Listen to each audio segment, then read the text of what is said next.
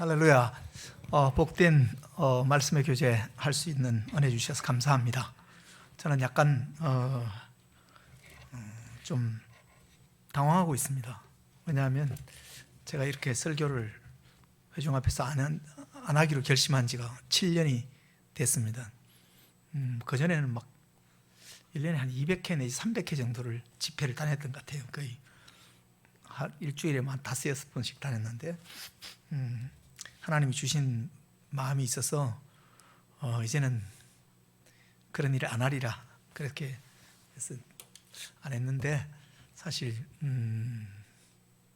처음에 요청했을 때는 제가 못한다 그랬는데 상황이 바뀌어가지고 오게 됐습니다. 여러분 인생에서 만난 가장 큰 그런 도전, 그 어려움, 그런 것들 뭐가 있었습니까? 저부터 어려움들을 이야기해서 어떨지 모르지만 사람이 살면서 꼭 좋은 일만 있지는 않잖아요, 그죠? 좋은 일이 있을 때는 다 누구든지 잘 넘어갑니다. 모든 이 세상에 성공한 사람들도 언젠가는 실패한 적이 있죠. 진짜 성공한 사람은 실패가 없는 게 아니라 실패를 딛고 성공의 확률을 높인 사람들이 결국 인생에 성공하는 거죠, 그죠? 그런 점에 있어서 우리의 어려운 문제들을 그냥 간과하는 것이 아니라, 진짜 믿음은 내가 보고 싶은 대로, 느끼고 싶은 대로, 이해하고 싶은 대로 이해하는 게 아니라 삶의 실제를 정확하게 직시하고 믿음을 잃지 않고 그것을 극복해 나가는 사람이 결국 성공한 삶을 살게 되죠, 그죠? 저는 사실 제 인생에 많은 위기들이 있었습니다. 연초 1월 2일 날 제 강남 법조단지에서 큰 로펌을 운영하고 있는 친구 변호사가 저한테 신년 인사차 연락하면서, 친구는 어떻게 다른 사람들은 평생에 한 번도 겪기 힘든 그런 어려움들을 그렇게 자주 겪는지 모르겠지만 하나님께서 이번에도 잘 극복하고 또 은혜로 역사해 줄 것을 기도한다고 이렇게 왔어요. 근데 그 친구의 친한 친구고 제가 아주 신뢰할 만한, 대한민국에서 법조인 중에서 가장 기독교인으로 선명성 있다고 알려진 친구니까 근데 생각이 깊었습니다. 제가 다른 사람보다 더 많은 고난을 당하고 있나? 잘 모르겠어요. 근데 왜 당하지? 이렇게 생각하니까 하나 생각나는 게 있었어요. 그래서 와이프랑 우리 결혼식 축가를 잘 못 불렀어요. 이렇게 어려움을 당하냐? 그랬어요. 여러분, 제가 결혼식 축가 못 불렀는지 아세요? 제가 결혼을 조금 늦게 했는데 결혼식 축가를 꼭 하고 싶은 게 있어서 그 노래를 꼭 부탁해서 결혼식 축가를 불렀습니다. 처음에는 농담하는 줄 알고 우리 중창단들이 다른 곡을 준비했는데 연습하더라고요. 그래서 제가 농담하는 게 아니고 진짜니까 그 노래 준비해서 불러달라고 그랬습니다. 지금 정말이냐고 물었어요. 왜냐하면 그 노래를 결혼식 축가로 부르는 사람이 없기 때문에, 대부분 장례식 때 가끔 부르는 노래인데, 여러분 아세요? 김도환 씨가 작곡한 순례자의 노래라고. 이 세상 나그네 길을 지나는 순례자, 인생의 거친 들에서 하룻밤 머물 때 환란의 굳은 비바람 모질게 불어도 그 괴로움 인하여 천국 보이고, 흰옷을 입은 천사 찬송가 부르실 때 영광스러울 멸류관을 받아 쓰겠네. 거기 보면 환란의 굳은 비바람, 환란의 비바람, 그럼 환란의 굳은 도돌이표가 막 돌아가는 노래입니다. 그 노래를 제가 결혼식 축가로 불러서 제 인생의 환란이 맞나? 그런저런 생각을 한 적이 있습니다. 저는 사실 2006년도에는 말기암 선고를 받고 2007년 초에는 3개월 시한부 선고를 3개월밖에 못 산다는 선고를 받았고, 제 주변의 모든 사람들이 그때 제가 죽는다고 생각했습니다. 왜 제가 죽는다고 생각했다고 확신하냐 하면, 많은 사람들이 저희 집에 저한테 병문안을 와서 저한테는 근성으로 문안하고 제 아내에게 그렇게 위로를 하더라고요. 왜냐하면 저 새끼는 죽을 놈이고 당신은 과부가 될 거니까 확실히 그런 생각을 가지고 이 사람들이 하는 것 같았어요. 그래서 내가 짜증나서 절대로 죽으면 안 되겠다고 생각해서 사람들이 다 죽는다 그랬는데 안 죽었는 것뿐만 아니라 지금은 암이 내 인생을 갈구었으니까 제가 암을 갈궈줘야 되지 않겠어요, 그죠? 그래서 제가 지금은 암 환자들을 돕는 캠프를 매달하고 암 환자들을 위한 아둘람 힐링 센터라는 것을 세워서 운영을 하고 있습니다. 그런데 저는 사실 지난 12월 17일 날부터 시작해서 12월 18일까지 장장 9시간 반 동안 제가 6년 동안 20억이 넘는 돈을 들여서 가꾸고 혼신의 노력을 해서 일궈놓은 아둘람 전체가 불이 났습니다. 전소됐습니다. 그래서 저는 보험은 자동차 보험하고 의료보험 외에는 드는 게 없습니다. 저는 다른 보험을 들기 때문에 그렇습니다. 나를 위해 부모나 처자나 친족이나 가족과 전토를 벌인 자는 이 땅에서 여러 배 받고 핍박을 겸하여 받고 영생을 받지 못할 자가 없느니라는 보험을 들고 삽니다. 그래서 저는 삼성화재니 뭐 이렇게 교보, 악사, 뭐 ING 뭐 그런 허접한 보험을 안 듭니다.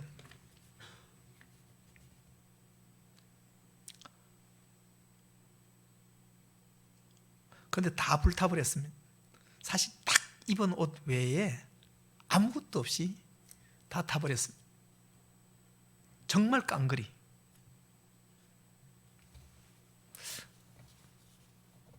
갑자기 할 일이 없어졌습니다.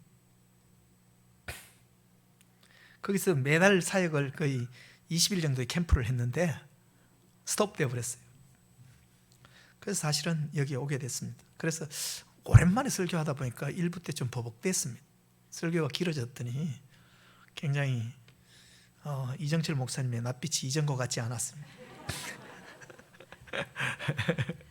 그래서 2부 때는 그런 실수를 안 하려고 생각해 봅니다. 여러분 이렇게 있잖아요.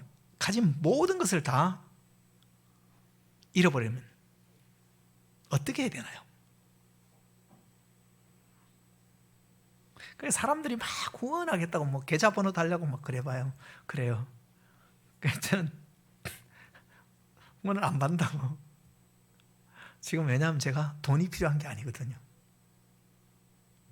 지금 제가 주님을 사랑하는 게 필요하거든요. 로마서 8장 28절은 하나님을 사랑하는 자, 곧 그 뜻대로 부르심을 입은 자들에게는 모든 것이 합력하여 선을 이루느니라. 지금은 제가 주님을 사랑해야 될 때예요. 근데 주님을 사랑한다는 게 있잖아요. 헌금 많이 내고 있잖아요. 주님 사랑해 노래 부르고 있잖아요. 뭐 새벽 기도하고 철야 기도하고 금식 기도하고 뭐 헌금 많이 내고 그런 게 주님을 사랑하는 거라고 성경은 말하지 않아요. 거기서. 주님을 사랑하는 것을 그 뜻대로 부르심을 입은 자라고 말합니다. 그러면 모든 것이 합해서 대박이 된다. 요즘 선을 이룬다. 대박이 된다는 거예요. 저는 제 인생 속에서 그걸 많이 경험합니다. 저는 사실 갈 때까지 가봤어요. 암 걸렸어. 온몸에 다 암이 다 퍼졌으니까 손 쓸 수 없이 이렇게 만지기 자고 일어나면 혓바늘이 다 터져요. 벼가 막 이 횡격막을 중심으로 갈라지는 같은 통증, 서해부 애과 바늘로 찌르는 같은 통증, 그리고 뭐 이 아랫배는 정말 얼음장까지 차서 칼로 찌르는 같은 고통, 그런 시간을 몇 년을 보냈어요. 제가 느낌을 알아요. 그건 정말 절망이죠. 그런데 그 뜻대로 부르심을 입었더니 선이 됐어요. 왠지 알아요? 요즘 제가 암 캠프를 매달 하는데요. 제가 느낌 알잖아요. 어제도 뭐냐면 뇌까지 다, 그 다음 뭐 척추 뭐 이런 데 골반 다 뼈에 암이 전이된 사람이 저를 꼭 만나고 싶다 그래서 어제 2시간 상담해 줬어요. 제가 있잖아요. 암 걸려가지고 쪽팔리게 한 2기, 3기 되다가 나와봐요. 내가 암 캠프 하면 설득력이 있겠어요? 말기까지 가고 가볼 때까지 가봤으니까 지금은 선이 된 거죠. 아닌가요? 말할 권세가 있죠. 사람들이 볼 때 절망이라고 생각하는 것을 그 상황 속에서 하나님을 사랑한다는 것은 하나님의 목적지향적으로 하나님이 그것을 왜 내게 허락하셨는지, 하나님 나에게 뭘 원하는지, 당신이 나에게 어떻게 반응하기를 원하는지를 치열하게 묻고 그 앞에 서면 그게 선이 된다는 거예요. 저는 지금 속초 외곽의 고성 쪽에 한 10,000여 평의 땅에 그야말로 치열하게 해서 잘 읽어놓은 것을 하룻밤 사이에 다 불태웠어요. 눈 감으면 트라우마가, 왜냐하면 밤새도록 제가 그렇게 열심히 갖고 놨던 게 다 불타 없어지고, 그림 한 장에 1억, 2억짜리 그림들이 여러 장이 타버렸어요. 다. 오디오도 제가 상간에 누가 줬는데 억대짜리 오디오가 있었는데 다 탔어요. 뭐 그런 게 한두 개가 아니에요. 말할 수 없이 많은 것들이, 제 인생의 소중한 것들이 다 타버렸어요. 가장 크게 이런 거는 제가 가지고 있던 모든 자료를 깡그리 잃어버렸어요. 절망이죠. 그런데 제가 믿는 게 있어요. 이 상황에서 내가 하나님의 목적지향적으로 이 상황 앞에 서면 결국은 선이 될 거라는 겁니다. 오늘 아침 제가 소망을 가졌습니다. 20억 좀 물론 다 회복하려면 50억 들 것 같아요. 날리고 그 불타고 내가 성령의 불로 태워진 사람이 되면 손해본 거래가 아니라는 생각을 했어요. 아닙니까 여러분? 다 가져가도 내가 하나님의 사람이 된다면. 아멘이세요 여러분? 오늘 선교주일입니다. 저는 여러분에게 선교를 하라고 강요하고 싶지 않아요. 가능하면 하시지 말기 바래요. 왜냐하면 안 하면 여러분이 손해기 때문에 그래요. 선교는 하나님을 도와주는 게 아니에요. 선교는 예수님이 십자가에서 죽으시고 부활하신 다음에 유언처럼 말씀한 거니까 아무리 호로자식도 유언은 지키는데 선교해야 된다. 그래서 하는 게 아니에요. 많은 사람들은 선교를 그렇게 율법화시킵니다. 꼭 해야 될 숙제처럼. 선교는 그런 게 아닙니다. 저는 1부 때 너무 길게 했는데, 저는 솔직히 얘기해서 세상 누구 못지않게 치열하게 살았어요. 저를 개인적으로 알고 있는 사람들은 저 인간은 틀어서 먼지 안 난다고 할 정도로 살았어요. 젊은 시절 저는 서울대 경영대에서 예수에 미친 또라이가 있다고 했는데 저였어요. 저희 지도교수는 캠퍼스에 전도하러 오냐 공부하러 오냐고, 그러니까 우리 지도교수한테 그래요. 교수님 예수님 잘 모르니까 그렇지. 지도교수도 갈궜어요. 그 지도교수가 저보고 학교에 남아서 공부하고 미국 가서 유학하고 교수로 남아라 그러는데 시시하다고 내가 안 한다 그랬어요. 왠지 알아요? 내가 가만히 생각해 봤어요. 그 교수님이 제안한 대로 해서 내가 가장 열심히 공부하고 인류를 빼면 못 되겠어요. 서울대 교수대 아닌가요? 그런데 10년 뒤에 나의 가장 낙관적인 자화상은 교수님처럼 되는 건데, 그럼 내 인생 너무 비참할 것 같다고. 그래서 나한테 그런 거 권하지 말라고 그랬어요. 저는 지금까지 결코 후회하지 않아요.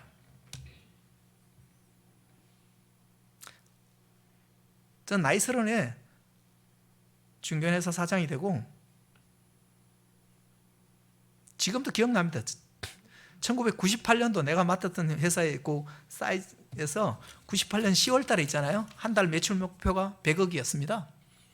직원들 데리고 구호가 뭔지 알아요? 100억! 야! 이거였습니다. 그래서 100억 2,300만 원 하고 그 10월 달 한 달 목표 달성했어요. 미친 듯이 살았어요. 그런 거 뒤로 하고 선교가 좋아서 선교를 할 정도로. 그리고 저는 남이 안 가는 선교지만 가서 살았습니다. 왜냐하면 저는 유신 독재가 싫고 재벌의 경제적인 독식이 싫어서 데모하다가 해병대 갔어요. 1979년도에 데모 주동하고. 근데 예수를 믿고 나서 캠퍼스 돌아왔을 때 제가 받은 충격은 유신 독재나 재벌의 경제적인 독식보다도 훨씬 더 불평등한 것이 뭐냐면 복음의 분배 정의, 복음의 분배의 불평등이라는 거예요. 왜 교회 다니는 사람들은 뭐 나 자유 얻었네, 너 자유 얻었네, 우리 자유 얻었네 그러고 내게 강 같은 평화 그러면서도 운동권이 가진 윤리감도 없냐? 이 영원을 결정하는 하나님의 복음의 분배가 불평등하게 분배되고 있는 것에 대한 긴장이 없냐? 쟤들이 정말 예수 믿는 거 맞냐? 그렇게 생각하고 저는 복음의 분배 정의 실현을 위한 데모대를 하나 조직한다. 나중에 그게 제가 그래서 선교단체를 3개를 세웠습니다. 1988년도 지금 호프라는 선교단체 있습니다. 제가 세운 것. 그거 세우고 연변과학의대, 연변에 가서 과학기술대학 제가 처음 설립 책임자로 세웠습니다. 지금 총장하고 있는 김진경 총장 허입해서 한 것. 그래서 저는 결혼한 지 6개월 됐을 때 가정 오픈하고 5 형제 데리고 공동생활을 시작했고요. 그게 지금 제가 하고 있는 비즈너리 트랜스포밍 커뮤니티라는 BTC라는 선교단체고 지금 30년 됐습니다. 치열하게 선교했습니다. 그래서 중국 서북부 지역, 인도 북부, 파키스탄, 아프간, 이란, 이라크, 쿠웨이트, 사우디, 바라인, 과타르, UAE, 오만, 예멘, 시리아, 레바논, 이집트, 리비아, 알제리, 튀니지, 타지키스탄, 투르크메니스탄 그 지역에 직접 나가서 사역하고 또 선교사들을 보내서 배치하고 미친 듯이 살았습니다. 선교에 미친 놈으로 살았습니다. 그런데 지금은 선교가 식상합니다. 울고 싶을 정도로 왜 이러지? 그런 생각이 듭니다. 그래서 오늘 선교주일 저는 저의 솔직한 마음을 좀 나누고 정직하게 제대로 된 선교를 여러분이 했으면 좋겠어요. 진짜 세물교육가 됐으면 좋겠어요. 제가 당황스러운 건요, 저는 최전방 개척 선교지에서만 선교한다고 선교사들이 한 명도 없는 지역에서만 가서 선교했습니다. 제가 중국에 살 때 중국 시안에 처음 가서 살았는데 북경에서 코스타 한다고 강사로 오라 그러는데 내가 황항의 이북 같은 데는 허잡해서 내가 절대 발도 안 들어온다고 내가 강사를 한 번도 간 적이 없습니다. 왜? 복음이 이미 전해진 지역에 내가 남의 터위에 건축하지 않는다고. 그렇게 최전방 개척 선교지가 아니면 선교 안 한다고 생각하고 살았습니다. 솔직히 지금도요, 한국의 대한민국 선교단체 대표들 모임에 제가 나타나면 되게 긴장합니다. 거기 온 단체 대표들이 그렇게 지랄 맞도록 살았는데 제가 지금 고통스럽습니다. 그런데 저는 크리스찬이 적어도 정직해야 된다고 생각해요. 솔직해야 된다고 생각해요.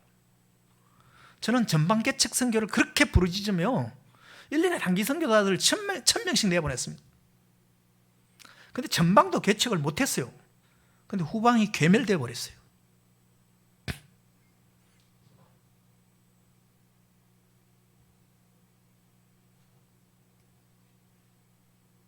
한국교회가 힘을 잃어버렸어요. 매력이 없어져 버렸어요.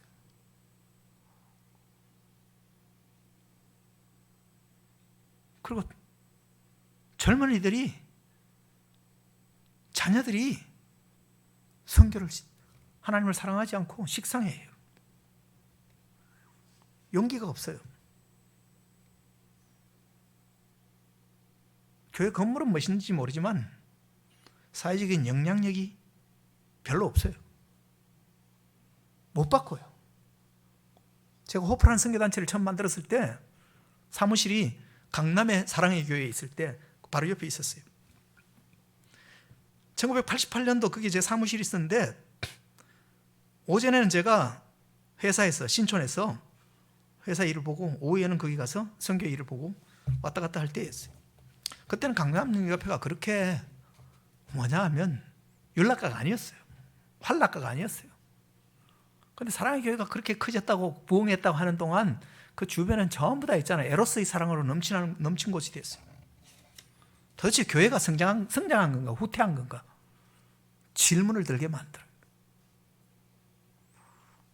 교회가 예배당은 뭐 크게 지었는지 모르지만 대사회적인 영향력은 훨씬 줄어들어 버렸어요. 왜 이런가? 뭐가 문제인가? 뭘 잘못했길래 이런가? 그게 고민이에요, 솔직히. 여러분, 이 문제를 해결 못하고는요, 안 하고는 선교를 한다는 것은 공안이 있잖아요. 연불이에요. 선교사 너무 많아요, 솔직히. 하나님이 기도원의 용사가 300명이 될 때까지 줄인 것처럼 줄여야 돼요, 솔직히.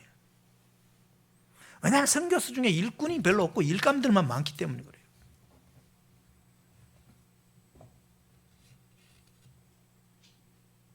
뭐가 문제일까 저는 생각하면서 제가 부딪히는 제가 발견한 두 가지 심각한 문제가 있습니다. 저는 그것을 저와 여러분이 해결해야 된다고 생각합니다. 첫째는 제가 수많은 크리스찬들을 만나보는데요. 여러분 하나님 아버지라고 부르시죠? 맞습니까? 근데 진짜로 하나님 아버지라고 믿고 사는 사람이 거의 없어요. 여러분 정말 하나님이 여러분 아버지 맞아요? 예? 예? 에이, 그냥 기독교 관용어구로 하나님 아버지라고 말하지. 교회 오래 다니는 사람들 특징이 뭐냐면 제가 보면 기독교 수거집을 달달 이어갖고 말해요. 기도 시간에도. 관용어구를 유사하게 구사하지 내용이 없어요. 여러분 하나님이 하나님께 복을 구하고 복을 받기를 원하죠. 그런데 솔직히 얘기해서 복 받으면 조질 사람이 50% 이상이에요. 하나님의 복을 받는다는 게 뭡니까? 하나님의 통치를 받는다는 뜻이에요. 하나님의 통치가 실현되는 게 복이에요. 내 야망이 있을 자리가 하나도 없는 것이 복이라고요. 천국이 왜 좋아요? 100% 하나님의 통치만 임하고 인간의 세속적인 욕망은 하나도 자리 잡을 곳이 없기 때문에 거기가 좋은 곳이에요. 그런데 하나님의 복이 임하면 안 되잖아요. 하나님 복이 임하면요, 대한민국은 대학은 서울대학원만 있으면 돼. 내 야망이 세워지기를 원한다고.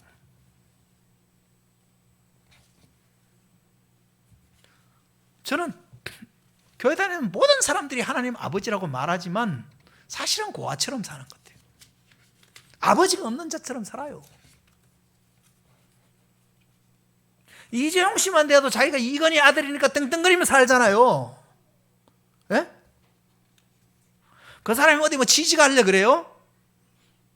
어디 아파트 살 거이 생각해요, 그 사람이? 월급 얼마 받을 거이 생각해요? 안 해요. 왜? 이건희 씨 아들이거든. 이건희 씨 아들만 돼도 그 정도인데 전능하신 하나님의 아들이 뭐 먹고 살고 어디 살고 어떻게 살까 전전긍긍하는 게 아들 맞아요? 딸 맞아요? 아니야. 이재용 씨 어디 있잖아요. 이력서 가지고 어디 취직하러 다니지 않을 거예요. 그죠? 명함 갖고 다니겠어요? 안 다녀요. 필요 없어요. 달라는 사람도 없을 거예요. 아닌가요? 그런데 하나님의 아들이고 하나님의 딸인데 아버지 일을 할 생각 안 하고 이력서 들고 이것저것을 내잖아요. 성경은 말합니다. 자녀이면 후사고 자녀면 상속자래요.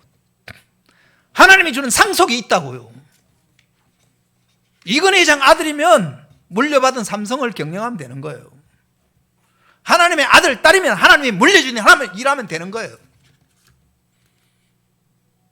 그게 진짜 하나님의 자녀라는 거예요. 저보고 물으면 당신 그렇게 살았냐고. 저는 그렇게 살았어요. 저는요, 제가 회사 사장할 때도 있고 이런저런 하지만 저는 정체성이 딱 하나예요. 하나님의 회사에 근무하는 직원이에요. 그 하나님 일하고 하나님 월급으로 살아요. 그래서 월급 받으려고 치열하게 살아요. 저는요, 예수 믿고 지난 40년 동안 매일 아침에 큐티를 빠진 적이 없어요. 제 집이 불타고 있을 때도 큐티했어요. 왜 하는지 알아요? 내 인생의 주인 되는 그 회사에 내가 출근해서 출근부 도장 찍는 일이니까. 왜? 출근하면 오너가 시킨 일을 오늘 뭐 하라 그랬는지 시킨 일을 듣고 해야지 월급 나올 거 아니에요. 출근해갖고 회사 일 안 하고 지 일 하면 월급 주나요? 한두 단 줄지 모르겠지만 잘리겠지, 그죠? 저는 알아요. 나는 그분의 월급으로 살고 그분이 내 인생을 책임지기 때문에 제가 근무하는 회사는요, 노후 보책이 잘 돼 있어요. 노후 대책만 잘 되는 게 아니라 사후 대책까지 되어 있는 회사에 제가 근무해요. 그래서 집이 다 불타고 있잖아요. 수십억이 하룻밤 사이에 날아가도 누가 후원해 주겠다 그래도 안 받아. 왜? 내가 그런 동량이 필요한 사람이 아니니까. 내가 아버지의 하나님의 아들이고 그의 영광스러운 상속으로 살기 때문에. 전 여러분이 있잖아요. 근데요, 이재용 씨가 돈 걱정 많이 할까요? 제가 많이 할까요? 이재용 씨가 돈 걱정 더 많이 할 겁니다. 앞날에 대해 불안이 누가 더 걱정 많이 할까요? 두려울까요? 이재용 씨가 훨씬 많을 겁니다. 왠지 알아요? 이재용 씨 아버지는 죽었어요. 제 아버지는 아직도 살아계신 마이티 파워의 하나님이세요. 그게 제 아버지입니까? 여러분의 아버지도 됩니다, 여러분. 선교를 하려면 관념적으로 하나님을 아버지라고 부르지 마시고 실제 지금도 행동하시는 살아계시는 아버지를 믿고 따르길 바라요. 그래서 그리고 또 한 가지는요, 이 성경 말씀을 열심히 사랑한다 그런데요, 성경이 삶의 준거인 사람이 별로 없어요. 내가 정말 신기하게 생각하는 거는 제가 암캠프를 10몇 년 동안 하는데요, 사람들이 안 걸리면 그렇게 목사고 뭐 있잖아요, 선교사고 신학교 교수고 그다음 뭐 난리지게도 있잖아요. 암을 극복하는 거하고 이 성경은 하나님의 가르침하고 아무 상관이 없어요. 그냥 곧바로 병원 가서 수술하고 방사선하고 항암하고 해요. 신기하죠. 자기 생사가 걸린 문제가 하나님 뜻하고 아무 상관이 없다고요. 그런 성경을 왜 믿고 왜 읽어요? 신기해요. 저는 교회 안에 있는 기적 같은 일이라고 생각해요. 믿기 힘든 사실이에요. 다 하나님 아버지라고 말하지만 아버지 없는 고아처럼 살고요. 성경이 영원한 진리라고 말하지만 자기 삶에 성경에 영향을 미치는 부분이 별로 없고 물어보지도 않아요. 그냥 도와달라고만 하지. 좋은 의사 만나고 집도의 손길을 붙들어주고 좋은 항암제 부작용 적은 거 잘 쓸 수 있게 해주시고 방사선 최적화되게 조사량이 잘 맞춰져서 되게 해주십시오. 그렇게 기도해요. 신기해요. 저는요, 정말 예수님은 오늘 말씀합니다. 아버지께서 나를 보낸 것처럼 나도 너희를 보내노라. 저를 한번 따라해 주실까요? 아버지께서 나를 보내신 것처럼 나도 너희를 보내노라. 이게 선교의 원형이에요. 예수님이 오신 것이 우리에게 너무 기쁜 일이라서 우리는 크리스마스를 성탄절을 지내잖아요. 하나님 아버지가 예수 그리스도를 보내신 것처럼 우리도 가는 것, 그게 선교예요. 복잡하지 않아요. 이 간단한 선교를, 선교학 책을 수십 번 수백 권 써서 복잡하게 만들고 쓸데없는 소리를 하는 거예요. 선교하기 싫은 놈들이 선교학 공부를 해요. 아버지께서 그런데 나를 보내신 것처럼 예수님 말씀에서 아버지께서 예수님을 어떻게 보내시고 예수님은 어떻게 오셨냐고 저는 간략하게 한번 살펴보면 요한복음 20장 21절 말씀이죠. 요한복음 1장 14절에는 예수님을 묘사하면서 말씀이 육신이 되어 우리 가운데 거하심에 우리가 그의 영광을 보니 아버지의 독생자의 영광이요 은혜와 진리가 충만하더라 그러셨어요. 그게 예수님이 오신 방법이에요. 예수님은 말씀이 육신이 되신 분이세요. 그렇죠? 그리고 우리 가운데 거하신 분이세요. 저는 신학교를 다니다가 신학교가 너무 허접하다고 생각한 이유는 신학교는 육신으로 오신 예수 그리스도를 다시 다 말씀으로 돌려보내고 그 돌려보내는 일을 열심히 가르친 데가 신학교예요. 제가 4년 전에 장신대 신대원하고 학부생들 신년 수양회 한테 강사로 갔어요. 저는 목사도 아니고 박사도 아닌데 왜 나를 불렀냐니까 뭐 이렇게 불렀대요. 가서 제가 첫날 메시지가 있잖아요. 내가 신학교 중퇴한 것이 내 인생의 두 번째로 잘한 거라고. 첫 번째 자랑은 지금 살고 있는 여자랑 결혼한 거고. 그 이유를 설명해 줬어요. 선교를 하는 것은 예수의 길을 따르는 겁니다. 말씀이 육신이 되게 해야 돼요. 이 성경의 진리가 삶에 실제로 드러나게 사는 겁니다. 신학과 이론, 신앙이 아니라 그것이 나의 삶으로 구체적으로 드러나게 사는 것이 예수님이 이 땅에 오신 방법이에요. 말씀 잘 쪼개고 말씀 잘 가르치는 게 중요한 게 아니라 그거하고 니하고 사는 게하고 무슨 상관이 있냐고 예수님 물으세요. 예수님은요, 예수를 따르기로 처음 시작하고 결단한 무지랭이 같은 예수를 따르는 무리들을 놓고 공식 설교를 한 게 산상수훈이에요. 산상수훈에서 율법에 대해서 강의하시면서 초반에 이럽니다. 너희 의거와 바리새인과 서기관보다 낫지 않으면 너희가 결단코 천국에 못 들어간다고. 바리새인과 서기관이 누구냐면 율법에 대해서 가장 대가고 그 당시 가장 전문가예요. 그런데 그 사람들보다 못하면 너희들이 결단코 천국에 못 들어간대요. 헐, 그죠? 왜 그럴까요? 바리새인과 서기관은 율법에 대해서 잘 가르치는 사람이지 율법대로 사는 사람이 아니에요. 그런 것을 예수님은 안다고 말하지 않아요. 네가 안 거 하나라도 제대로 실천하고 사는 게 네 신앙이라고. 그래야 천국에 간다고. 여러분에게 더 도전하고 싶어요. 오늘부터 여러분 하나님 아버지라고 말만 하지 말고 하나님을 실제로 아버지로 믿고 따르고 의지하고 아버지 아들 딸답게 사세요. 쪽팔리게 살지 말고. 저는 지난 30년 동안 제가 선교회를 운영하면서 한 번도 모금해달라고 누구한테 말한 적이 없어요. 내가 하나님의 아들인데 뭔 내가 거지예요? 내가 불이 났으면 거지예요? 불이 났어도 내가 하나님의 아들이에요. 이렇게 살면 있잖아요, 망할 것 같아요? 아니요. 여러분이 우리 이 목사님이 제가 뭐 친한 사이니까 앞으로 교제하게 되면 보세요. 제가 다 불타 없어져 있지만 몇 년 지나면 불탄 것보다 훨씬 더 멋있게 제 마음속에 드는 생각은 뭐냐, 불났는데 내 생각에 무슨 생각이 드는지 알아요? 아, 뒤에 내가 사고 싶은 땅이 3,000평짜리 있고 500평짜리 그거 사야 되는데 이 생각하고 있어요.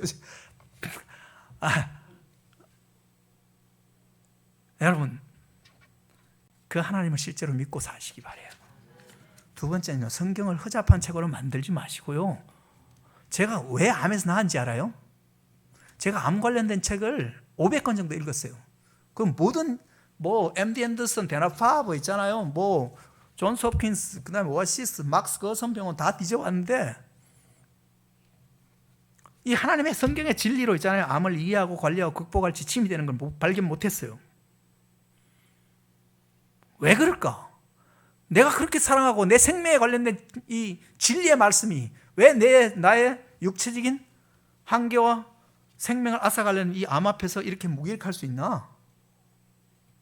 그래서 하나님께 묻고 정리했어요. 그게 다 정리가 되고 나니까요, 암이 두렵지 않아요. 그리고 제 몸이 좋아지는 걸 느꼈어요. 세상에 그런 게 없으면 어떡하면 돼요? 한 권 쓰면 되지. 그래서 제가 암책을 몇 권 출판했어요. 출판했는데 제가 허접한 책이 아닌 걸 내가 증명하기 위해서 내가 출판했는 책을 출판하고 월요일 날 아침에 책이 서점가에 쫙 뿌려졌는데 그날 그 주일 저녁 주일날 그 6일 뒤에겠죠, 그죠? 설교하는데 어떤 목사님이 설교 시간에 PPT 띄워놓고 있잖아요. 신갈렙 선교사라는 분이 책을 썼는데 너무 좋은 책이라고 읽어보라고 교인들에게 막 PPT를 홍보를 했대요. 그래서 내가 그 허접한 교회도 좋은 책을 알아볼 수 있는 지성이 있냐? 그랬어요. 그게 누구냐 하면요, 여의도 순복음교회 이영훈 목사가 그렇게 했더라고. 그 작년 초에는 어떤 한 분이 SNS에 글을 올리면서 자기가 아들이 암이라서 암책을 다 뒤져봤는데 신갈렙 선교사가 찾는 최고의 압권이라고 그러면서 SNS에 올렸어요. 저는 SNS를 안 하는데 그랬다고 올렸다고 그러면서 나한테 막 보냈더라고. 그리고 그분이 저를 찾아와서 점심 먹자고 했는데 내가 안 먹는다 그랬어요. 바쁘다고. 그분이 누군지 알아요? 지구촌 교회 원로 목사님 이동훈 목사예요. 아들이 암 걸려가지고 중년에 4년 할 때 이 사람 아들 때문에 책을 많이 봤어요. 그러고 나서 그렇게 SNS에 올렸더라고. 자뻑을 많이 했나 본데 제가 자뻑하려고 그런 게 아니고요. 성경은 그런 책입니다, 여러분. 성경을 허접하게 대하지 마세요. 괜히 성경 가지고 있잖아요. 착하게 살 생각하지 마세요. 성경은 착하게 사는 책이 아니에요. 하나님의 자녀답게 사는 책이에요. 탁월하게 사는 책이라고요. 영역 있게 사는 책이에요. 권능 있게 사는 책이에요. 저는 나이 31살 때 있잖아요. 한국 어느 공적기관에 주는 경영 대상을 탔어요. 경영대상을 타러 갔더니 사람들이 야 어떻게 그렇게 귀신같이 경영을 했냐고 그러더라고요. 귀신같이 한 게 아니고요, 우리 아버지가 시킨 대로 했어요. 그러면요 사업도 잘하게 돼요. 그게 성경이에요. 근데 우리는 성경을 맨날 끼고 다니는데요, 성경은요 고작 죽고 나면 천국 가는데 필요한 책인 것처럼 살아요. 아니요, 성경은 그런 책이 아니에요. 우리는 죽고 나면 천국 가는 사람이 아니고 오늘 여기서 천국을 사는 사람들입니다, 여러분. 하나님의 통치가 우리 가운데 임하는 것을 보는 것이 하나님의 백성이 하는 일입니다. 거기에 바로 이 성경이 그런 영향이 있다는 사실을 알기를 바라요. 저는 그런 사람이 선교를 하는 것입니다. 그런 사람이 선교를 해야 되는 겁니다. 그런 사람은 뭘 하는지 알아요? 예수님은 그리고 나서 그럽니다. 그렇게 해서 본래 하나님을 본 사람이 없을 때 독생하신 예수 그리스도께 나타내셨느니라. 하나님은 비가시적인 분이십니다. 근데 그것을 가시성을 지니게 한 게 어떻게 됐습니까? 말씀이 육신이 되어 우리 가운데 거했기 때문에. 지역사회 가운데. 뭐 어디 비행기 타고 있잖아요. 어디 가는 게 선교지가 아니에요. 세상 모든 곳이 선교지. 하나님의 통치가 실현되지 않는 곳에 하나님의 통치를 실현하는 것 자체가 선교예요. 이 허접한 정치계에도 선교사가 필요해요. 이 타락한 경제계에도 선교사가 필요하다고요. 솔직히 대한민국 모든 국민들이 아무도 만족하지 않는, 그런데 떵떵거리며 자기를 프라우드하게 생각하고 사는 이 교육계도 선교지예요.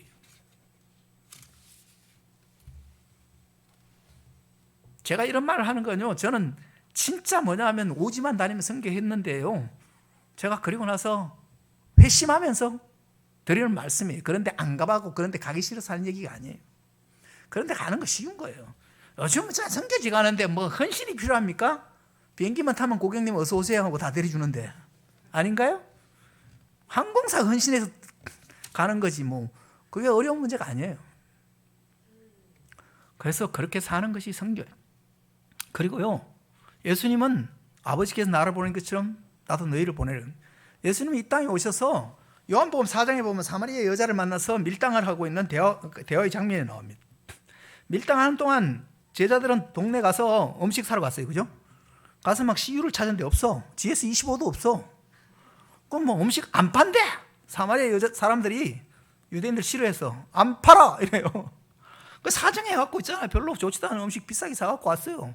예수님께 드렸어요. 예수님은 안 먹는데 맛이 없다고. 나는 너희가 알지 못하는 다른 양식이 있다고. 그러면서 예수님이 뭐라 그랬어요? 내 양식은 이것이니 아버지 뜻을 행하며 그의 일을 온전히 이루는 것이 양식이래요. 헐, 그거 가지고 어떻게 먹고 살아요? 그렇게 말하겠죠. 예수님의 양식은, 비즈니스 모델은, 예수님의 수익 구조는 아버지의 뜻을 행하고 그것을 그 뜻이 파생시키는 일을 온전히 이루는 것. 그것이 예수님의 수익 모델이에요. 예수님의 제자들은 그날 고생하면서 있잖아요. 좋지도 않은 물건을 비싸게 샀어요. 그런데 예수님은 그 사마리아 여자와 대화하고 나서 3일 동안 숙식이 다 해결됐어요. 그것도 A급으로. 그죠? 사마리아 사람들이 사정해갖고 3일을 더 묵었잖아요, 거기에. 그죠? 잠자리 허잡한테 좋겠어요? 가장 자기들이 있는데 좋은 거 좋겠지.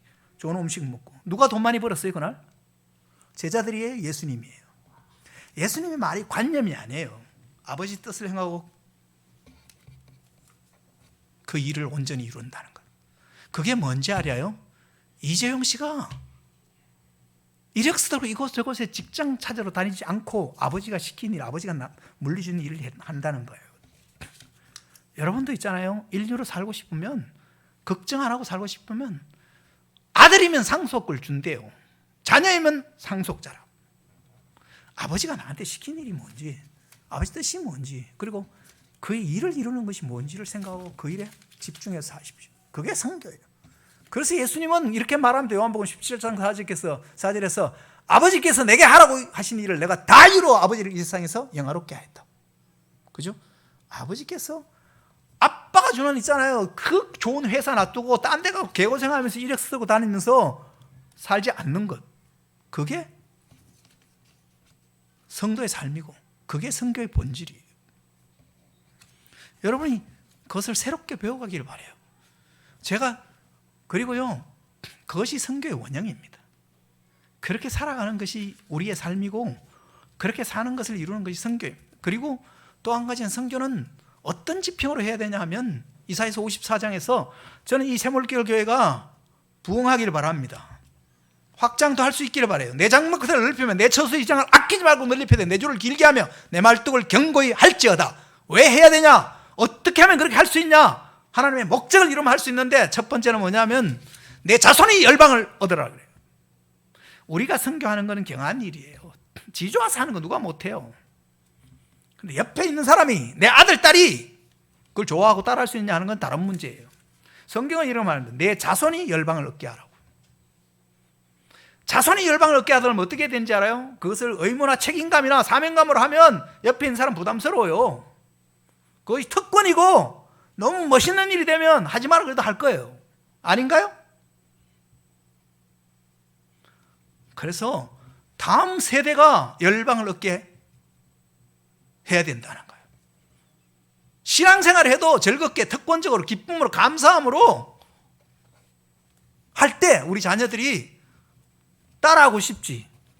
자식들 보면 왜 저 개고생을 하는지 모르겠어. 교회 가서 그렇게 생각되게 만들면, 그런 느낌을 주면 자녀들이 하고 싶겠어요? 안 하고 싶지. 그래서 하나님은 그런 분이 아니세요. 내 자손이 열방을 얻는다고.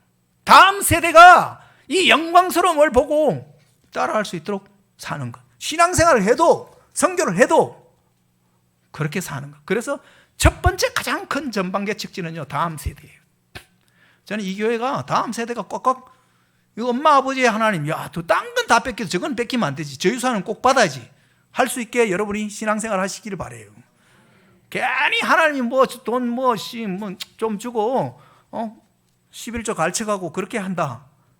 괜히 또 그게 되고 성경까지 내라 그런다. 그런 하나님이 아니세요. 하나님이 주고 또 주고 싶어 하시는 하나님의 영광스러움과 풍성함에 동참하는, 그래야 다음 세대가 이 특권을 빼앗기지 않고, 그래서 다음 세대가 열방을 얻는 것. 지금 말하고 있는 지리적, 종족적, 전방계측, 여러분 14, 10창, 미전종족 이런 허접한 선교 이론은 잊어버리세요. 그걸 말한 사람도 자기가 별로 잘했다고 이야기 안 해요. 가르친 사람도. 랄프 힌트예요. 저는 개인적으로 잘 알아요. 돌아가셨지만. 그런 다음 세대가 미전종족을 향하여, 프론티어를 향해서 나아가는 지리적, 종족적 전방계측을 하는 것. 거기까지는 쉬운데 마지막 한 가지가 가장 큰 선교의 과제가 있어요. 황폐한 성읍이 사람 살 곳이 되게 하는 겁니다. 왜 있잖아요. 우리는 신앙이 열심히 돼요. 여기만 딱 나가면 세상은 더 황폐해져요. 작년보다 더 밝아졌어요. 조명만 좋아졌지 도덕적으로나 삶의 관계성이 더 나빠졌어요. 왜 세상은 적도 황폐해지나요? 이 황폐한 도시가 되나요? 성경은 말합니다. 황폐한 세상이 사람 살 곳이 되게 하는 것. 그것이 진짜 선교인데 이것을 영역적 전방계측이라고 해요. 저는 제가 직면하고 있는 가장 큰 전방계측지가 되냐, 암의 영역이에요. 제 이야기가 아니고 세계 선교 20세기 세계 선교의 최고의 전략가인 선지자라고 할 수 있는 랄프 힌터가 한 이야기. 21세기 복음이 응대해야 될 가장 최전방계측지는 이 암의 세계라고. 암의 세계에 성경의 진리로 비추지 않아서 수많은 사람들이 암의 고통 속에서 죽음의 공포 속에 살아가도록 방치해 놓은 것이 교회의 무능력입니다. 그래서 저는 사실은 이 황폐한 암의 영역에 하나님의 통치를 실현하는 일을 하기 위해서 아둘람을 세우고 지금 하고 있습니다. 그래서 선교는 어떻게 해야 되냐? 다음 세대가 이 영광스러운 것을 특권으로 알고 붙들 수 있도록 살아가고 그렇게 반응하고 그렇게 해가는 세대적 전방을 개척하는 것과, 그리고 또 전통적인 선교라고 말할 수 있는 지리적, 종족적 전방을 향해서 나아가는 것뿐만 아니라 내가 발딛고 부딪히고 있는 삶의 영역들, 그러나 복음의 영광이 한 번도 비치지 않아서 아직도 어둠 가운데 있는 그 영역을 향해서 납달리와 스불론에 복음이 비친 것처럼 복음을 비치고 하나님의 통치를 실현하는 영역적 전방을 개척하는 것. 이 세 가지가 되어질 때 Thy kingdom come, 나라가 임하옵시며. 성경의 최종적인 목적이 뭡니까? 하늘과 땅이 통합되는 거죠. 하나님의 나라가 임하는 것이죠. 그렇게 하려면 다음 세대를 향하여 지리적, 종족적 확장을 향하여, 그리고 황폐진 세상을 향하여 하나님의 복음의 권능을 드러내는 것입니다. 여러분, 이 선교주일날 선교를 의무감이나 사명감이나 마땅히 될 과제로 숙제로 하지 마십시오. 이것은 하나님의 백성에 준 최고의 특권이고 축복입니다. 그리고 그렇게 하기 위해서 필요한 거는 저와 여러분이 성령을 받으셔야 됩니다. 자녀면 하나님의 영을 주신대요. 자녀가 아니면, 근데 성령을 받았다는 거하고요, 성령대로 사는 거하고는 전혀 딴 문제입니다. 우리가 하나님 아버지라고 말하지만 자녀로 살지 않아요. 하나님을 믿는 사람의 가장 힘든 게 하나님을 믿는 거예요. 많은 지식이 필요한 게 아니에요. 많은 신앙 경험이 필요한 게 아니에요. 그냥 베이직한 거를 올바르게 하는 것이 필요한 거예요. 지금 우리가 사실 도전받고 있는 것은 가장 기본적인 것을 못해서 그런 거예요. 뭔지 알아요? 너희도 나를 본받은 자가 되라. 나처럼 살면 대박이야, 이 자식아. 말할 수 있어야 된다는 거예요. 저요, 세상에 어떤 걸 줘도 제가 선교하고 사는 것보다 더 영광스러운 게 없기 때문에 선교하는 거예요. 그것이 선교예요. 그 영광스러운 삶으로 저와 여러분을 초대하는 것이 우리 하늘 아버지예요. 그리고 그렇게 살 사람에게 그냥 나 성령 받았다고 받았나 안 받았나 헷갈리는 게 아니고요, 성령을 따라 사는 겁니다. 계속 호흡을 내쉴 수가 없어요. 이렇게 할 수 없어요. 호흡을 내쉬려면 반드시 들이셔야 돼요. 하나님이 우리를 향해서 예수님이 성령을 받으라 부어주시는 그 영을 내가 받을 때만 성령으로 호흡하고 성령으로 사는 겁니다. 최초의 선교한 교회인 안디옥 교회 선교사를 바울과 바나바를 파송한 것도 성령이 따로 세우라고 세운 거예요. 마케도니아를 향해서 아시아를 방향해서 복음을 전하려고 할 때 예수의 영이 허락지 않고 마케도니아를 인도하는 분이 성령 하나님이세요. 저와 여러분이 그 기본적인 성령으로 새로워져서 하나님의 영광스러운 선교를 할 뿐만 아니라 그렇게 할 때 이 교회에 다음 세대가 넘쳐날 것을 확신합니다. 그런 은혜가 저뿐만 아니라 여러분 모두에 있기를 주의 이름으로 축원합니다. 기도하겠습니다. 살아계신 하나님, 감사합니다. 저만 기도하지 않고 여러분 각자 같이 한 1분 정도만 기도하겠습니다. 주님 감사합니다. 오늘 주신 말씀을 아버지 하나님 잘